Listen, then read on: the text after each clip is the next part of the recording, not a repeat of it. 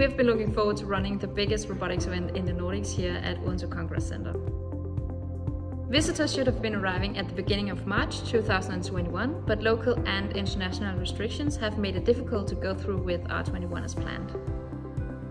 The many official government restrictions and recommendations mean that a large number of exhibitors and visitors from abroad would not be able to attend the fair.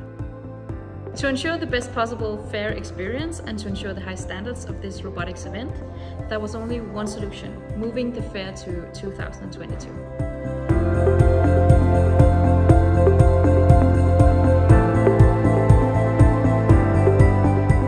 Preparations for R-22 are already off to a good start, and the support from our exhibitors has been impressive.